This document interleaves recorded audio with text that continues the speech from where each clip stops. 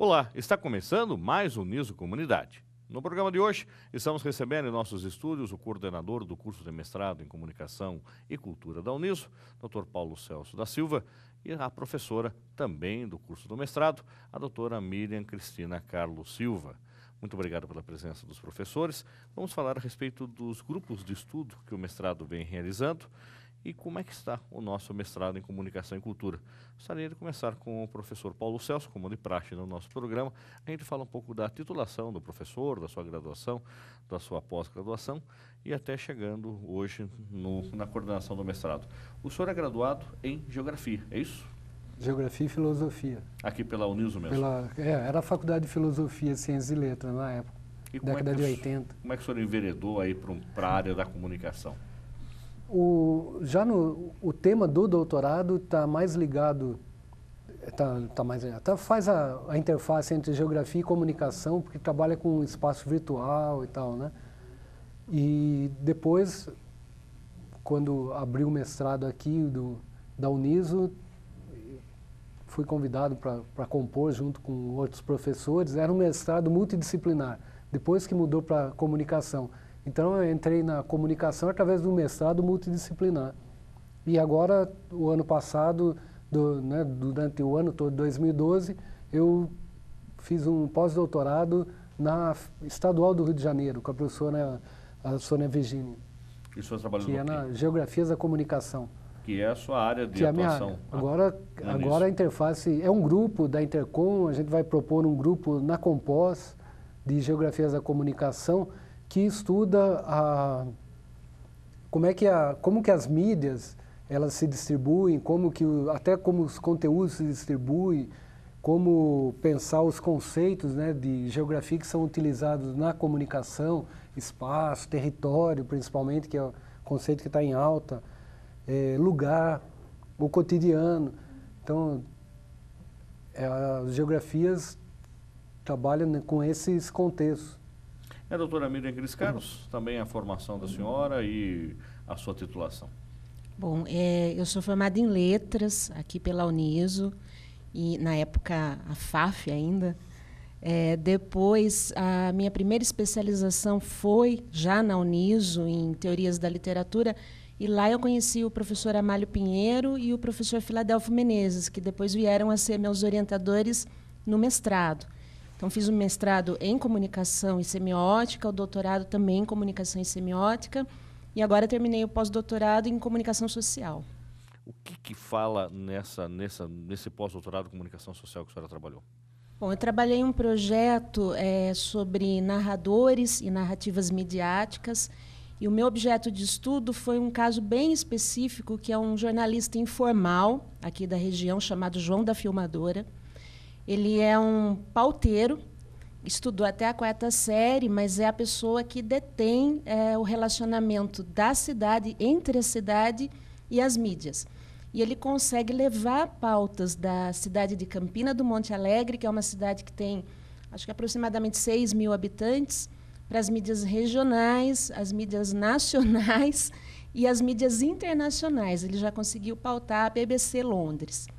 Volta e meia, a BBC vai para lá. João da Filmadora, é uma figura. E por que o nome Filmadora? Ele era também um cinegrafista e fazia seus trabalhos de reportagem ou acabou adquirindo esse apelido por outro motivo? Não, o apelido é justamente porque ele foi o primeiro a conseguir uma câmera VHS na cidade de Campina. E ele fazia assim, algumas filmagens amadoras e ficava assistindo com a família. Então, vendo aquilo, ele achou que ele podia levar a cidade de Campina, ele chama de grande escalão da mídia nacional. E começou a pautar e foi conseguindo. Hoje ele tem um rol de contatos, mas o contato mais frequente dele é a Record. Agora, doutor Paulo Celso, a gente percebe uma situação desse trabalho que a professora Miriam acabou discutindo no seu pós-doutorado, quer dizer que aproxima um pouco da realidade a pesquisa, de um universo que para muitos parece que a pesquisa acadêmica trabalha com temas que não são de fácil conhecimento, de fácil acesso. A pesquisa na comunicação hoje, pelo tempo que o senhor trabalha no mestrado em Comunicação e Cultura, são muitos projetos palpáveis de uma realidade regional que as pessoas no seu cotidiano conhecem? São projetos até de casos, estudos de casos, né, específicos de comunicação organizacional, estudando uma empresa tal. Agora mesmo tem um projeto que estuda como colocar uma empresa brasileira na China, estudando a interculturalidade, o que o empresário brasileiro precisa conhecer da China para implantar uma empresa brasileira lá, como que é todo o andamento, o tempo do chinês é diferente do nosso tempo de execução, né? Ele primeiro precisa conhecer você. Então não adianta começar um trabalho já querendo que ele assine o contrato. Enquanto ele não conhece você, ele não sabe o que você gosta, que time você torce, né? Coisas básicas. Então tem trabalhos assim, teve um trabalho que eu orientei também sobre a ciclovia de Sorocaba, como via de comunicação, como usando a ideia de que a ciclovia pode ser uma artéria importante da cidade, de deslocamento, de comunicação entre os vários bairros, né? Tem trabalhos com fotógrafos, né, específicos, fotógrafos, trabalhos utilizando o cyberespaço, tem trabalhos sobre o Google, que faz um levantamento das ferramentas que tem no Google. Então, além de ser um trabalho que analisa essa ferramenta, ainda mostra como que pode ser melhor utilizado, para não ficar só aquela coisa de busca, que todo mundo... Então, tem um caráter didático, tem trabalhos na educomunicação. Então, são trabalhos que os orientandos, que os pesquisadores que estão com a gente lá, fazem no cotidiano deles.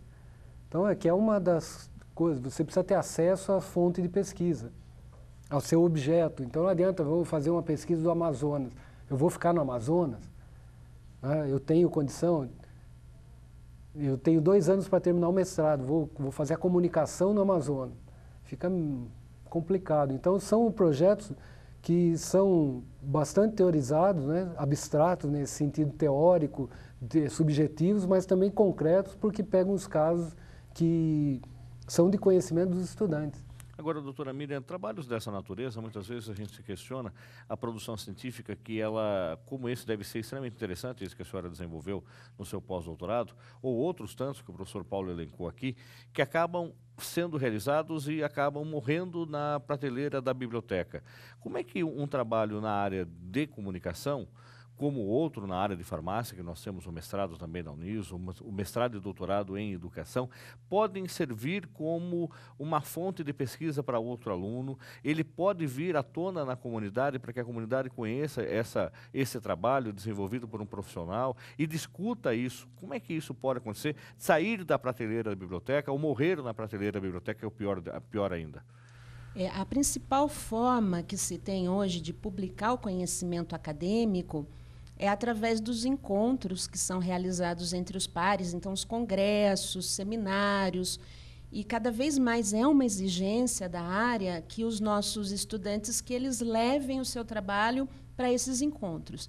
Então aí já é uma forma, porque dividindo com os pares, discutindo com aqueles que também pesquisam, às vezes, projetos similares, a ciência vai avançando, né? Porque eu sempre penso que a ciência ela é construída coletivamente. Então, não adianta nada você pesquisar uma coisa de forma isolada, porque pode haver 200 pessoas diferentes em lugares diferentes pesquisando a mesma coisa que você.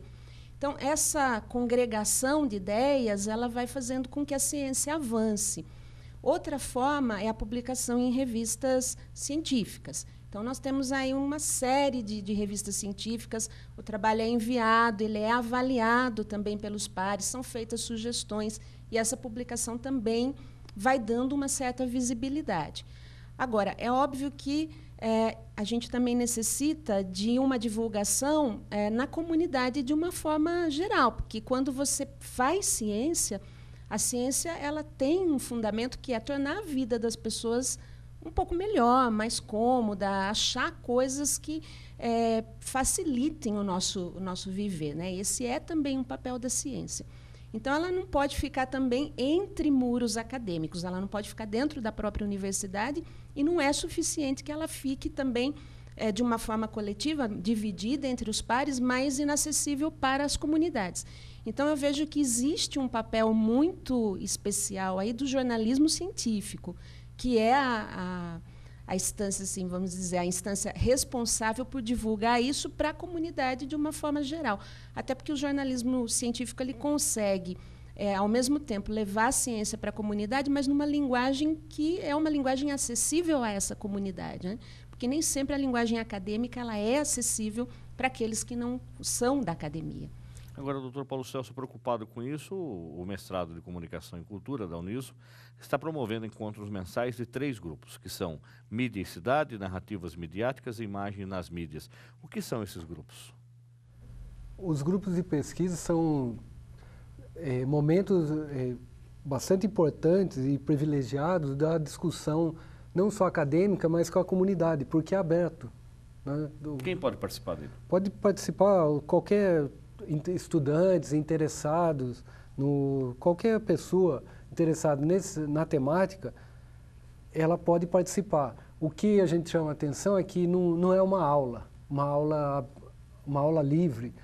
Existe uma metodologia para grupo de pesquisa que é a leitura antecipada do texto. Então, sempre o texto é divulgado antes, para no dia do encontro as pessoas se colocarem, cada um apresentar a sua leitura. Então, não existe a leitura certa ou a leitura errada. Toda leitura é importante para gerar um debate, gerar uma reflexão.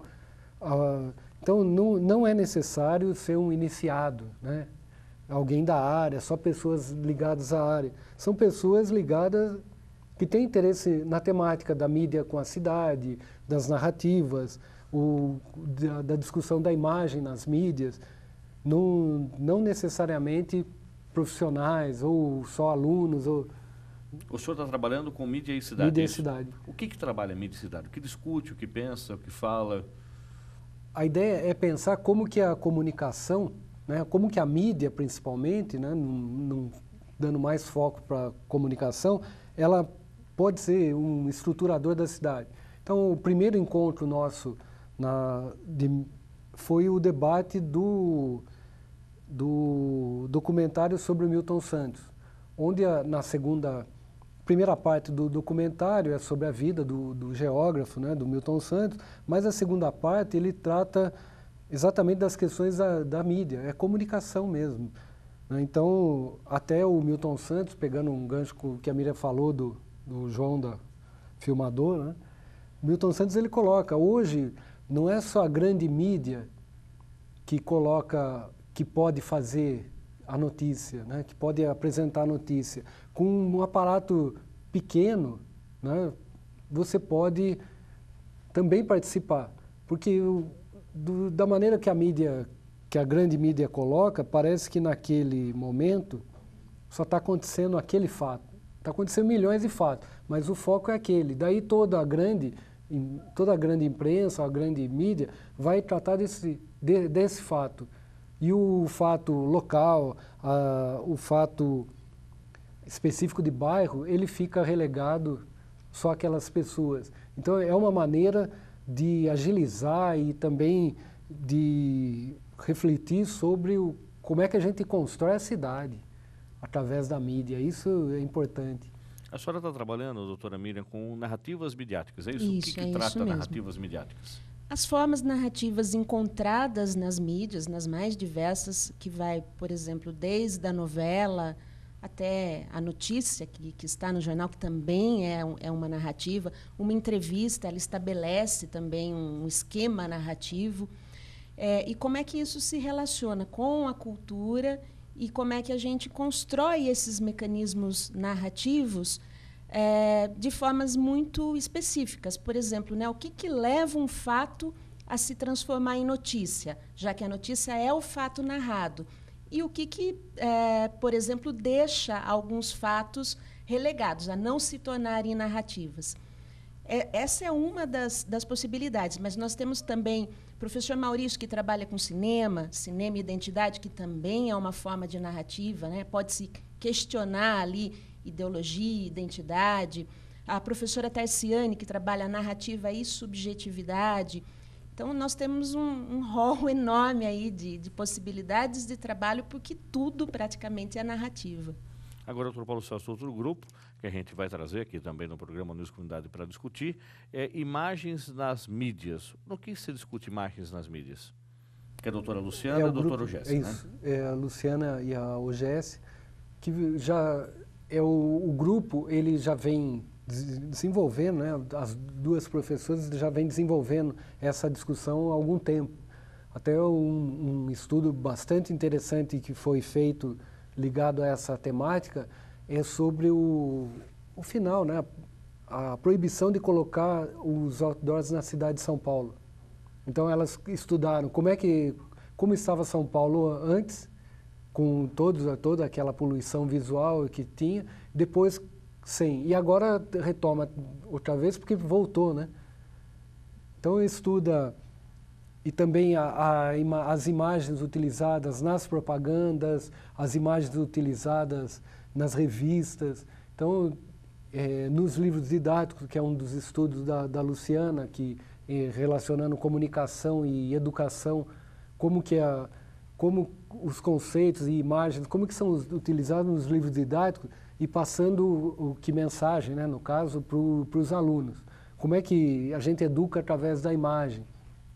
Então, são várias as possibilidades, porque é um universo de imagem, né? Muito mais de imagem do que de palavras.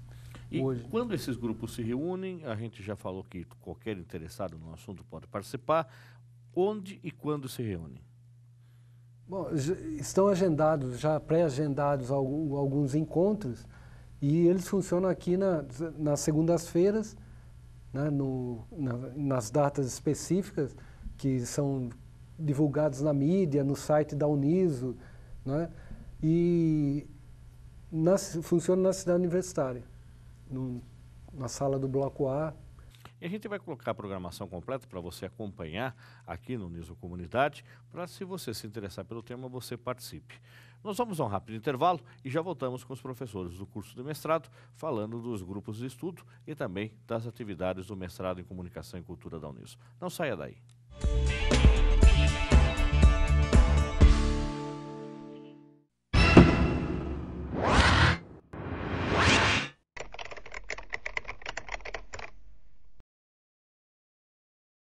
Todos os dias você desperta para uma nova vida. Renasce para um mundo que acontece num piscar de olhos. Por isso é importante poder confiar em algo além da sua visão. A Cruzeiro FM leva ao seu rádio a informação segura, atual, exata e imparcial. Assim você fica sempre informado de tudo o que acontece diante dos seus olhos, mesmo quando eles estão fechados. Cruzeiro FM. Você confia de olhos fechados e ouvidos bem abertos. O homem descobriu que podia muito mais quando passou a andar junto, na companhia uns dos outros. Desde criança, quando se juntou ao grupo de amigos, à classe de balé ou ao time de futebol. Porque juntos podemos cuidar de quem precisa. Porque podemos escolher entre ficar juntos ou não. Podemos escolher entre sorrir juntos ou deixar o sorriso de lado. Mas podemos sempre voltar atrás e crescer, porque juntos podemos fazer mais um pelo outro. 40 anos de Unimed Sorocaba. De olho no futuro, nosso presente é cuidar de você.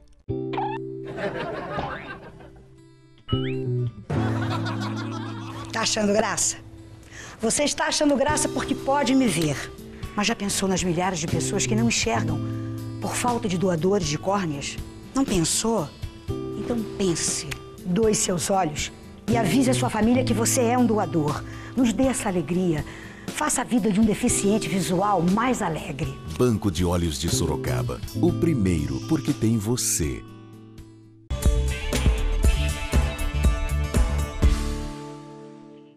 No programa de hoje, estamos recebendo em nossos estúdios o coordenador do curso de mestrado em Comunicação e Cultura da Uniso, Dr. Paulo Celso da Silva, e também a professora desse curso, a doutora Miriam Cristina Carlos Silva, doutora Miriam Cris Carlos. Doutora Miriam, com relação aos grupos de trabalho que a senhora atua no mestrado em Comunicação, a senhora destacaria algum dos orientandos, dos projetos que a senhora esteve com ele já. Há quanto tempo, aliás, no mestrado em Comunicação e Cultura da Uniso? Eu não lembro exatamente, mas acho que é desde 2009 ou 2008. Tá, nesse período, a senhora lembra um dos orientandos, um dos trabalhos que a senhora, que chamou mais atenção, que a senhora gostou mais, curtiu mais e que, porventura, tenha repercutido mais também? Existem vários trabalhos que foram bem realizados, que me deram muito prazer assim, em orientá-los. Mas, assim, para não também trair a memória, não me trair, eu vou falar dos últimos que estão assim mais frescos na cabeça. A Kátia Pensa Barelli desenvolveu um trabalho que foi muito, muito bom de se orientar, que foi um trabalho sobre jornalismo cultural na revista Bravo. Então, ela fez um recorte, o objeto de pesquisa dela foram as críticas realizadas às peças teatrais. Ela fez um recorte temporal também, foram 6 meses da edição da Bravo que ela analisou, e ela verificou de que forma era realizada essa crítica, quais os aspectos do texto, como é que era feito o processo de seleção para se avaliar as peças.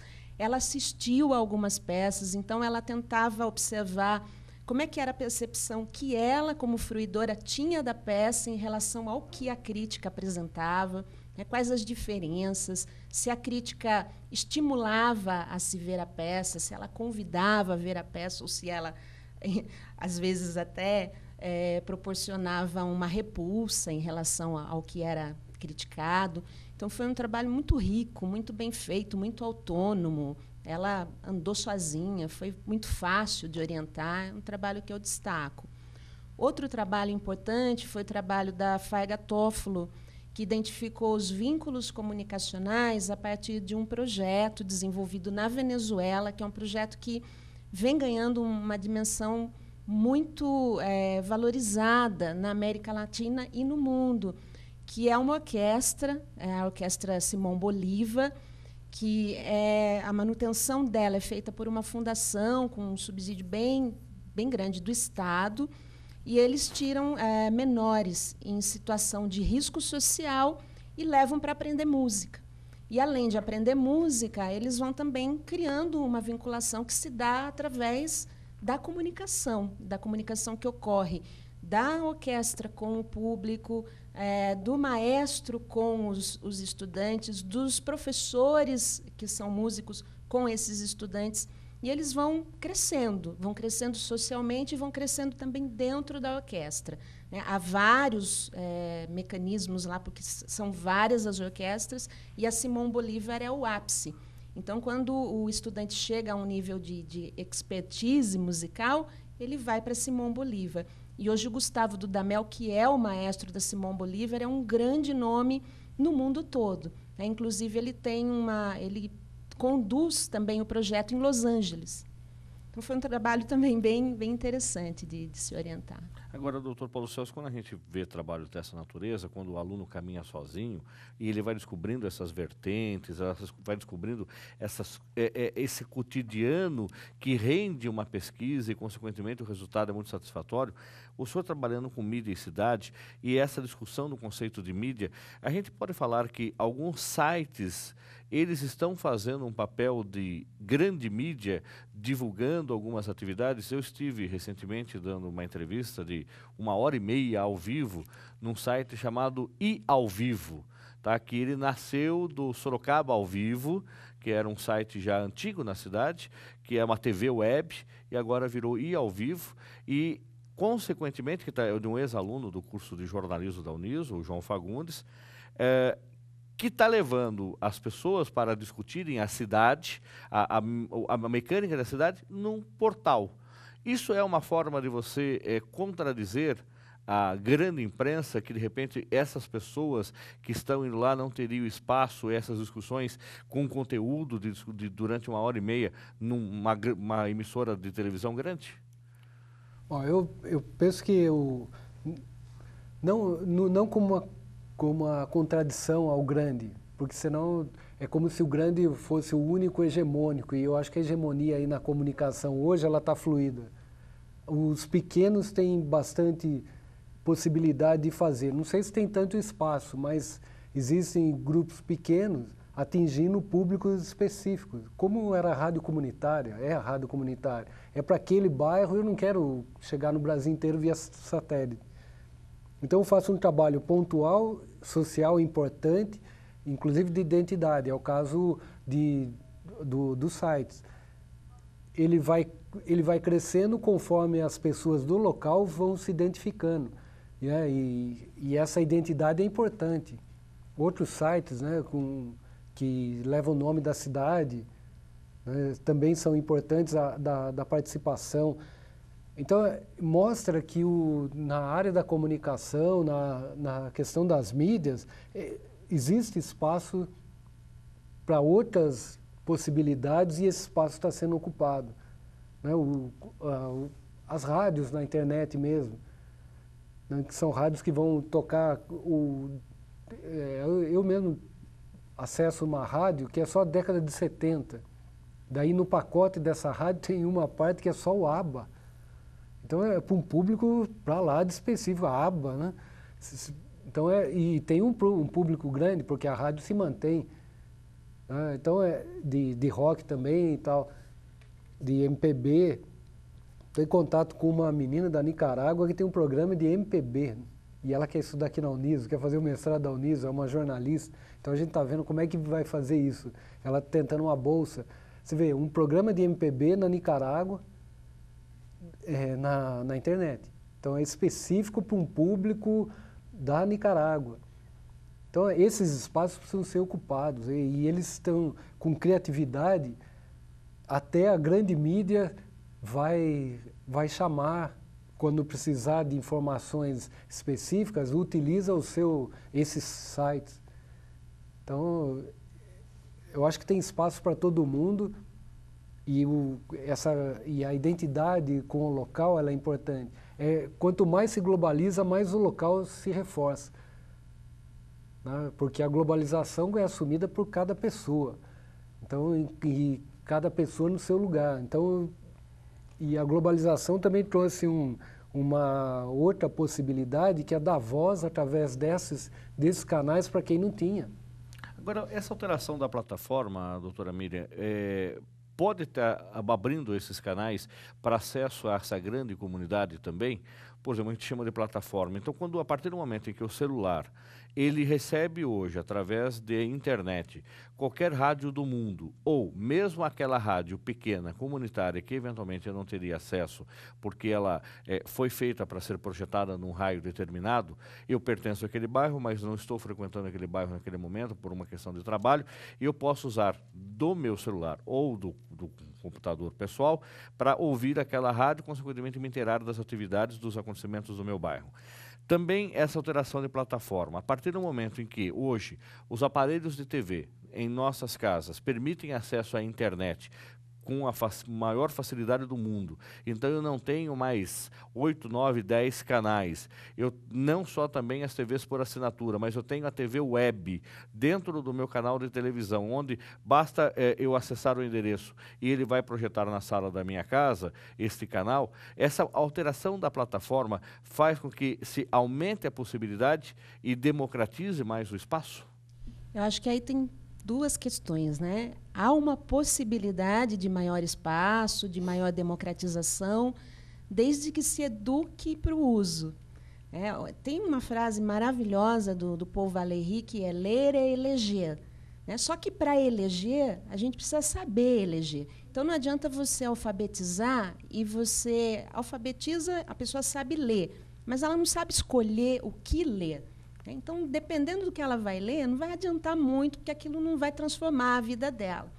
Eu posso ter 1 milhão de canais e não saber escolher o que eu vou aproveitar dentre esses canais. É aquela contradição que existe, né, entre informação e conhecimento. Você tem 1 tonelada de informação, mas, ao mesmo tempo, você transforma esse excesso em invisibilidade, em cegueira.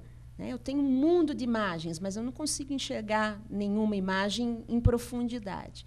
Então, vai depender muito do uso que se faça dessa gama toda de opções que a gente tem aí para escolher, né? E aí está o papel da escola e da própria mídia, que também tem um papel educador nesse sentido, né? De auxiliar as populações a utilizarem aquilo, inclusive para serem produtores, não apenas receptores de informação. Então, essa proatividade ela passa pela educação. Trabalhando no conceito de geografia da comunicação, doutor Paulo Celso, a gente percebe muitas vezes que as pessoas também que produzem dentro dessa mídia, nesse novo conceito de mídia, usando essa plataforma diferenciada, estão cientes dessa responsabilidade, ou ele começa trabalhando com essa plataforma local, regional, mas eu quero atingir o mundo todo. E de repente você vê na rádio comunitária a notícia de um evento internacional, a discussão de um evento internacional. Você vê na TV web local, de repente, discussões e mostrando imagens também do outro lugar do planeta. Consegue se entender de que qual é o meu papel nisso? Como é global, então aonde você estiver, você está no mundo. Aquela coisa bem simples, né? Que o mundo não se pensa, nós que pensamos o mundo. E esse momento, então, com toda essa tecnologia, é a primeira vez na história que a gente tem condição de estudar o mundo inteiro, porque nós atingimos todas as partes. Então nós temos condição técnica, condição tecnológica. Agora é vontade política. Então eu acho que aí sim, como nós vamos discutir uma notícia que está veiculando agora e tal na grande mídia, com qual o enfoque? Para reproduzir aquilo que a grande mídia, estou pensando na grande mídia, sim, as grandes emissoras, eu estou na web, né? No meu canal. Eu vou reproduzir o mesmo discurso deles, as mesmas informações, então eu não estou acrescentando nada. Agora, eu vou pegar lá um atentado nos Estados Unidos para pensar como é que nós estamos pensando isso em Sorocaba. Na nossa passeio ciclístico aqui, se colocarem uma bomba, o que a gente faz? Por onde nós escapamos? Como é que a gente atende? Como é que a ambulância... E se tiver em outros eventos, se acontecer coisa parecida, como que a gente vai agir? Então, o caso Rio de Janeiro, tem lá algumas... No período de janeiro, as chuvas e tal, e as dificuldades. E aqui? Vamos reproduzir o Rio de Janeiro e o nosso. Então, são essas... Pegar um assunto global e discutir local. Local. Sabe, como é que a gente aplica isso aqui com a experiência do outro? Porque a inteligência é você aplicar em outra situação aquilo que você já aprendeu. Essa é uma das possibilidades de pensar, de definir, de pensar inteligência. Então, como é que a gente vai fazer isso de forma inteligente? Ou até aquilo que o outro bairro, né, ele resolveu, como é que a gente resolve aqui? Uma questão que a gente tem falado bastante, que é de fronteira. Quando eu pego e falo, não, Sorocaba vai até tal ponto e daqui para frente é outra cidade e tal, eu estou criando barreiras para dizer, eu sou sorocabano e não sou daquela outra cidade. Vamos pegar o Votorantim, que está... Eu sou de Sorocaba, então sou sorocabano, não sou votorantinense. Não dá mais para ser assim? Peraí, fronteira é para separar, ninguém faz fronteira para... Então, acho que dá para criar uma identidade aceitando o outro. A mídia local, eu acho que tem esse papel educativo, social, de mostrar que o outro não é perigoso para mim. O outro ele está lá para compor com a cultura dele. Isso é importante. Quando a gente vê as grandes discussões das diferentes culturas pelo mundo, como é que a gente aplica aqui? Eu sempre, como minha turma de filosofia, pedagogia, eu sempre colocava isso. Como é que a gente vai fazer com pessoas de religiões diferentes? A gente está acostumado com certas denominações religiosas. Uma denominação que não aceita a professora como líder, não aceita a mulher como líder. Como é que a gente vai fazer na sala de aula? Isso nunca vai acontecer na nossa sala, só na sala dos outros. Então, essas questões que são globais pode ser discutida localmente, desde que a gente pense como é que nós vamos avançar. e até ser modelo. Sorocaba foi modelo na questão da AIDS para outros países, a África. Então, uma questão que foi desenvolvida aqui, num problema global, a solução foi exportada. Isso é ótimo, né, para a gente, como pessoa, né, pessoa mundial, não só como ser humano, não só como sorocabano. Eu acho que a mídia local é importante. Mas e a alfabetização deste jovem ou desse leitor, como a professora doutora Miriam comentou? Como é que se faz para orientar o que ler, o que ver, o que ouvir de qualidade nesse universo que hoje é incalculável, infinito de fontes de informação? Nós vamos para um rápido intervalo e voltamos já com o Niso Comunidade.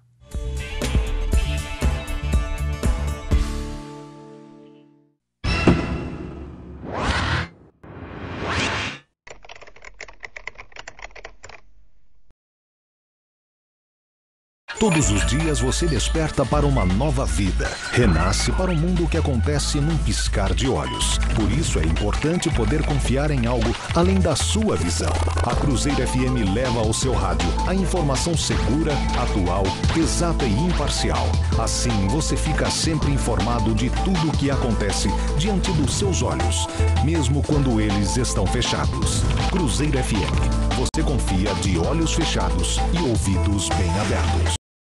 O homem descobriu que podia muito mais quando passou a andar junto, na companhia uns dos outros. Desde criança, quando se juntou ao grupo de amigos, à classe de balé ou ao time de futebol.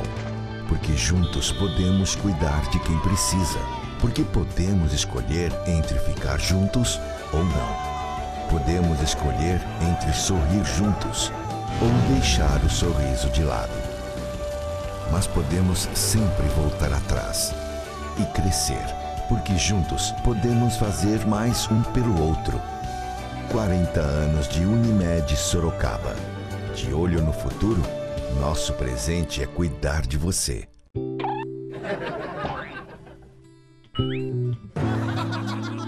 Tá achando graça? Você está achando graça porque pode me ver. Mas já pensou nas milhares de pessoas que não enxergam por falta de doadores de córneas? Não pensou? Então pense. Doe seus olhos e avise a sua família que você é um doador. Nos dê essa alegria. Faça a vida de um deficiente visual mais alegre. Banco de Olhos de Sorocaba. O primeiro, porque tem você.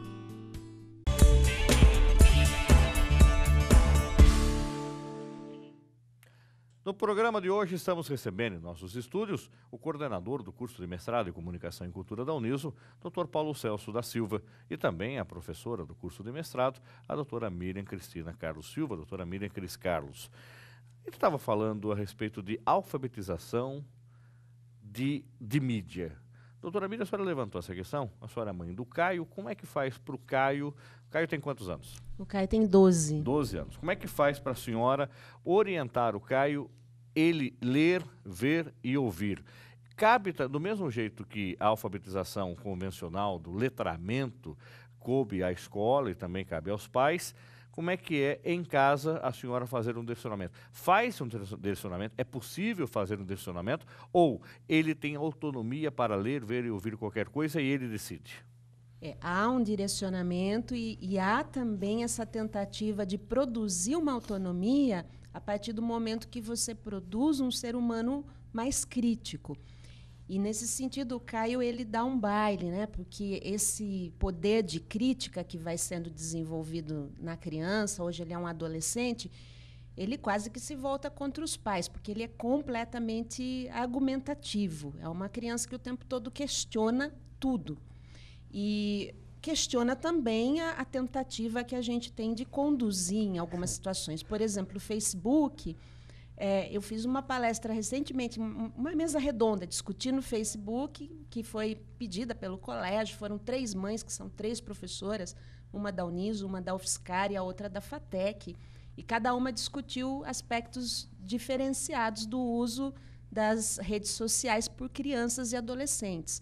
E na palestra eu falei que o ideal é uma criança começar a usar o Facebook depois dos 12, 13 anos, não antes disso. O Caio tem desde os 10.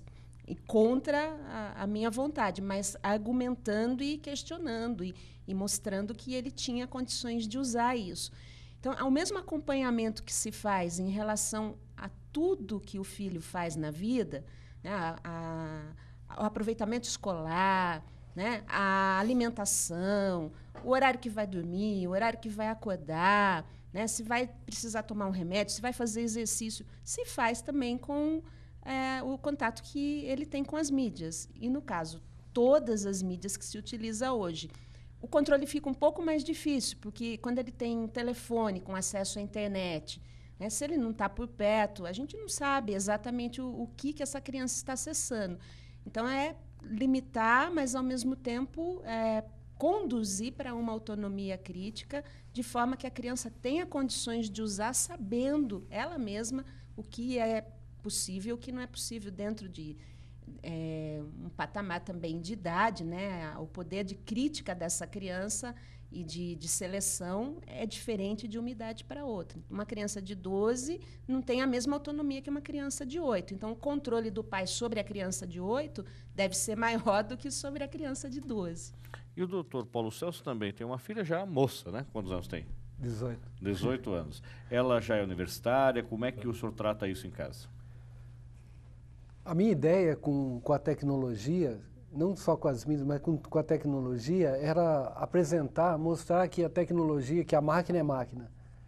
Então, o computador nunca, já antes até, com aparelho de som e tal, eles sempre mexeram, sempre eles tiveram acesso. Então, eu mostrava como é que funcionava. E que aquilo era mais uma máquina. No caso do celular. O celular é uma máquina só. Ele pode fazer muita coisa e tal, mas você é mais importante que ele. Conversar com o seu amigo, de frente para o seu amigo, é mais interessante do que a mensagem e tal. Então, eles cresceram com essa ideia. Quantos filhos o senhor Dois. tem? Dois. Uma menina tem 18 e o outro? 22. 22. Então, cresce com essa ideia de que a tecnologia ela é importante, né? Dá para fazer muita coisa, mas também, se você desligar o videogame e brincar de outra coisa, é legal do mesmo jeito. Sabe? Não vou ficar em casa porque só quero ficar jogando. E essa alfabetização, como é que o senhor contribuiu, o senhor e a sua esposa, nos seus filhos? Eles seguem a linha de trabalho do senhor? Eles mudaram a linha de pesquisa? O seu filho de 22, é menino ou menina? Menino. Menino. Tá, 22 anos economia. Ele faz o quê? Faz economia. E a menina? História da arte. Tá. E aí, quando eles fazem assim, situações distintas, principalmente economia, como é que foi? O senhor influenciou, não influenciou? Ele vive num universo online, onde o celular está o tempo todo, deixou-se de olhar para frente para se olhar para baixo. Como é que o senhor trabalhou isso em casa e como é que ele trabalha isso na juventude dele, hoje adulto já? Ele tem as redes e tal, mas o Guilherme sempre gostou de arquitetura, eu acho que por isso ele foi fazer economia, porque ele entendeu que economia junta tudo. Arte mesmo, ele sempre gostou, cinema, ele vai muito ao cinema, sozinho, acompanhado, não tem problema, né? Então, filme, televisão também nunca foi de assistir tanto, televisão, gostava de filme, de alguns programas e tal, né? Os programas infantis a gente assistiu todos, desenho, Chaves, né? Então, e sempre discutindo, conversando aquilo lá, né? Claro, dentro da possibilidade de entendimento dele, conversando e mostrando o que tinha por trás daquilo. O caso do Chaves mesmo, como ele sempre gostou de poesia, e a Cássia também, então eu vi o Chaves dentro de falava, veja como a poesia concreta que tem nisso. Quando o Chaves faz uma representação dos grandes clássicos do cinema, então eu falo, não, veja, ele está fazendo... Então você vai mostrando uma outra na novela também. Né? Você pega a novela e fala, ele está fazendo merchandise do produto, olha lá, o cara só falta colocar o produto na frente da câmera, marcação de palco. Então, veja, existem outras coisas, assistir também shows de música, os dois sempre gostaram de música. Então, eu acho que a criança também vai por repetição. Então, lembro quando o Guilherme era pequeno, ia para a USP e ele ia para a UP. Pegava um livro de geografia, vou para a UP, descia, andava no quintal, já voltei da UP. Então é pela ação. Não adianta muito discurso e proibição. Se proibir, precisa. Por que a gente por que tem que parar por que eu não posso ficar a noite inteira? Fala, tem outras atividades. Então essa é uma educação no sentido amplo, né, de usar a mídia dentro daquilo que dá possibilidade. Se você fica o dia inteiro no computador, você vai falar para o seu filho, não fique? Falar, você está trabalhando? Não, estou me divertindo, então por que eu não posso? Só você? Sabe? Cada 2 segundos você precisa ver quem mandou, quem postou, quem curtiu. Tem a dó, tem mais o que fazer, né? Existe vida fora disso aí. Agora, existe vida fora da web, doutora Mina Cris Carlos? O professor Paulo afirmou isso agora e fala, mas essa juventude, a tendência, nós que trabalhamos na graduação, a gente percebe que se eu não estou conectado, eu não estou respirando. Tá? Então, por isso que eu falei, para-se de olhar para frente e fica-se olhando para baixo. Olhar cabisbaixo hoje não é mais sentido de que você está mal, né? Você está com problema. Não, eu estou cabisbaixo porque eu estou conectado. E como é que faz? O aluno está na sala de aula, mas ele está conectado com outro universo. Será que quando ele está no outro universo, ele vem para a sala de aula? Nós temos algumas pessoas, acho que a maior parte, com uma capacidade de trabalhar em janelas. Eu já tive experiências bem interessantes. Eu não tenho essa capacidade, né? Eu, quando vou ler ou vou escrever, eu preciso me concentrar naquela atividade especificamente. No curso de design mesmo, é um pouco difícil de controlar isso, porque eles ficam conectados.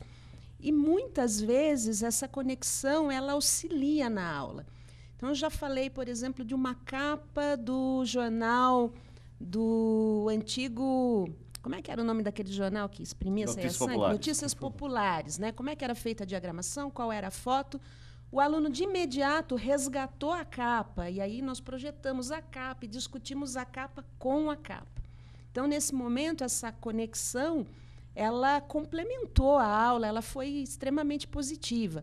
Tive outras situações de ter aluno de cabeça baixa, e é uma característica também do aluno de design, ele não estava conectado, mas ele estava desenhando, e eu falando. Chegou num determinado momento que eu comecei a me irritar com aquilo, porque ele não olhava para mim em nenhum momento, eu falei, escuta aqui, você pode resumir aí em 2 minutos o que eu falei em 15? E ele resumiu. Quer dizer, ele estava ligado, ele estava desenhando, mas, ao mesmo tempo, ele conseguiu captar tudo aquilo que eu falei. Então, nós temos assim uma complexidade muito grande com a qual nós temos que lidar e a gente precisa entender e, ao mesmo tempo, trazer isso para o nosso uso como professores. Sem dúvida que os alunos dominam a tecnologia muito além do que nós, professores, dominamos, pelo menos a maior parte de nós. Então, é tentar criar um vínculo com o aluno no sentido de fazer com que ele saiba usar aquilo, não proibindo, mais uma vez, como o Paulo acabou de falar aqui, né?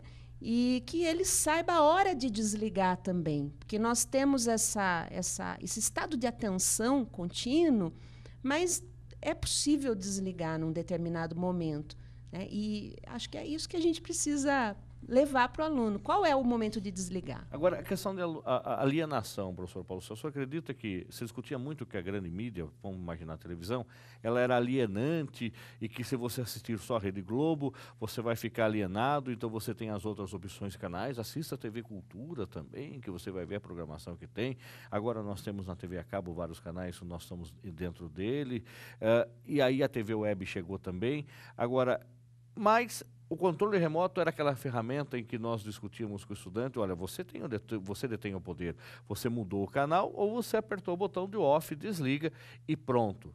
Agora, a internet ou o Facebook, ele está alienando, porque eu não consigo desligar, porque como o senhor falou, a cada segundo tem uma postagem nova, a cada segundo alguém trocou a foto, a cada segundo alguém postou uma foto ou colocou um texto. E eu quero ficar nessa rotina. O Facebook está alienando a ponto de você criar aí futuramente uma comunidade de pessoas que vão sobreviver só dentro desse rol de comunicação virtual? Bom, se a gente pegar, alienar é transferir para o outro aquilo que eu tenho que eu posso pensar, o que eu posso fazer, o que eu posso decidir. Então, nesse sentido de transferir para o outro, o meu equilíbrio, entre aspas, aí como pessoa, estou passando para o outro. Então, eu dependo dele para equilibrar. Só que uma característica que aí é interessante das tecnologias é que elas são efêmeras, né? Até uma professora aqui, a Tiffany, uma vez eu estava discutindo com ela que ela queria colocar o Google como se fosse a periferia da internet, das redes. Orkut, Tá. como a periferia. E eu falando para ela, não tem centro. Você quer dizer que o Facebook hoje é o centro? Isso é como é que fala? Uma metáfora do espaço concreto que a gente usa. E na rede não tem esse centro. Então, quem usa o Facebook seria o povo classe A. Falei, putz, está virando classista, então...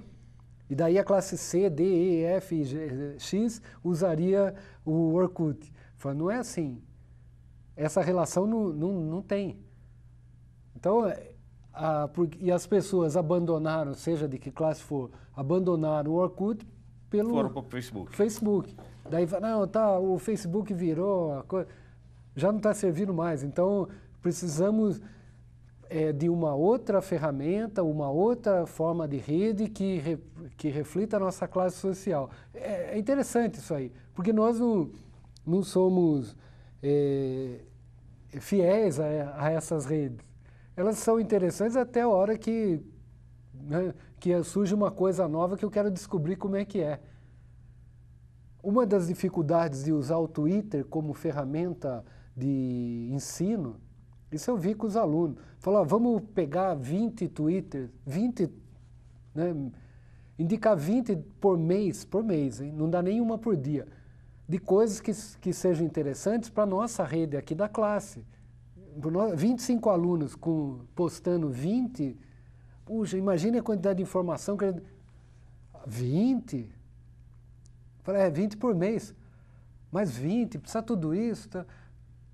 Quando usa como ferramenta didática, não quer. Muda. Né? Daí vai, não, eu entro tanto no Twitter, nada. Falei, então tá bom, então vamos usar para outra coisa. Vamos fazer de outra maneira.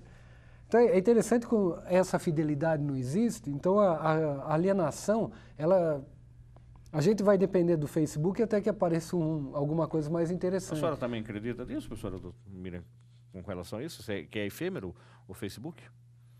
Ele ainda está em processo, mas eu acho que é efêmero, sim. Eu já não vejo a força que ele tinha há algum tempo aí. Parece que já começou a cansar. E essa é uma característica de tudo, né, na contemporaneidade, essa efemeridade. Parece que tudo vem com uma força muito grande, parece que vai tomar uma proporção. Lembra do Second Life? Eu tive aluno que chegou a apresentar trabalho e falava assim, porque um japonês em Tóquio não foi trabalhar porque era feriado no Second Life e ele confundiu, né? Porque o Second Life está tomando a primeira realidade, a vida comum, a existência comum. Eu creio que não, né? Se a gente pegar Werther lá atrás, né, um livro do Goethe que foi publicado, todo mundo leu e cometeu-se uma onda de suicídios em função do livro naquele período. Hoje ninguém mais comete suicídio porque leu Werther.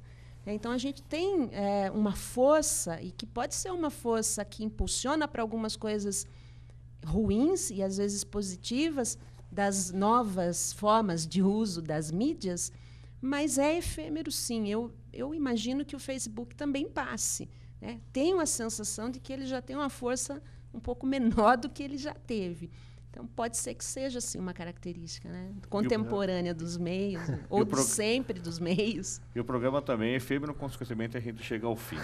Então, eu gostaria que o professor Paulo Celso disponibilizasse um contato para que quem está nos acompanhando pudesse eventualmente voltar a discutir isso, este assunto ou outros, vir participar de um grupo de estudo conosco aqui na Uniso, discutindo midicidade, narrativas midiáticas e imagens nas mídias, lembrando que é gratuito essa participação.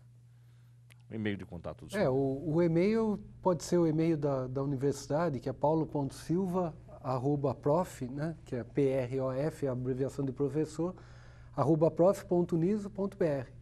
Mais fácil que falar com o senhor é o por aí. contato. É. Tá certo. Doutora Miriam, muito obrigado também pela sua presença. O e-mail de contato para quem quiser discutir também, convidá-la para eventualmente estar participando de alguma palestra, que a senhora falou que já falou do Facebook, e discutindo isso com a comunidade, ou também convidando a comunidade para estar conosco.